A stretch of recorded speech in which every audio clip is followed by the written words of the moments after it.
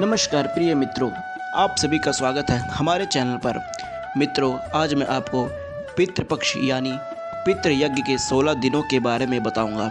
मित्रों, अथर्ववेद में कहा गया है कि जब सूर्य कन्या राशि में रहता है तब पितरों को तृप्त करने वाली चीज़ें देने से स्वर्ग मिलता है। इसके साथ ही यम स्मृति में भी बताया गया है कि इन 16 दिनों में पितरों के विशेष पूजा और दान करना चाहिए। इसके अलावा पुराणों की बात करें तो ब्रह्मा, विष्णु, नारद, स्कंद और भविष्य पुराण में श्राद्ध पक्ष के दौरान पितरों की पूजा का जिक्र किया गया है। ग्रंथों में कहा गया है कि श्राद्ध शुरू होते ही पितृ मृत्यु लोक में अपने वंशों को देखने के लिए आते हैं और तर्पण ग्रहण करने के लौट जाते हैं। इसलिए इन दिनों में पितरों की तृप्ति के लिए दान, पिंडदान, तर्पण, ब्राह्मणों भोजन और अन्य तरह के दान किए जाते हैं। मित्रों, इस साल श्राद्ध 29 सितंबर से 14 अक्टूबर तक हैं। इन दिनों में पितरों के लिए श्राद्ध किए जाएंगे।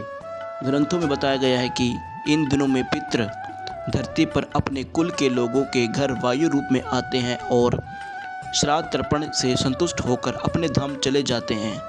ग्रंथों में कहा गया है कि तीर्थों में जाकर श्राद्ध करना चाहिए, लेकिन आप घर पर भी श्राद्ध पूरी विधि विधान से कर सकते हैं। एकांत में श्राद्ध करने से उसका फल ज़्यादा मिलता है।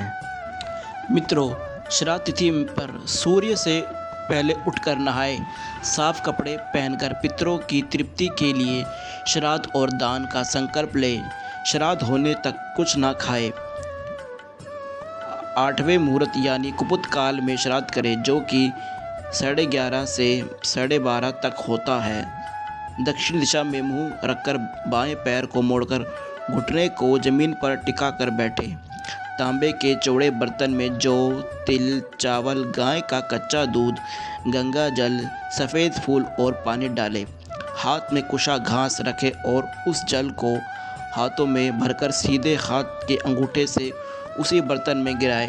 इस तरह आप 11 बार करते हुए पितरों का ध्यान करें। पितरों के लिए अग्नि में खीर अर्पित करें।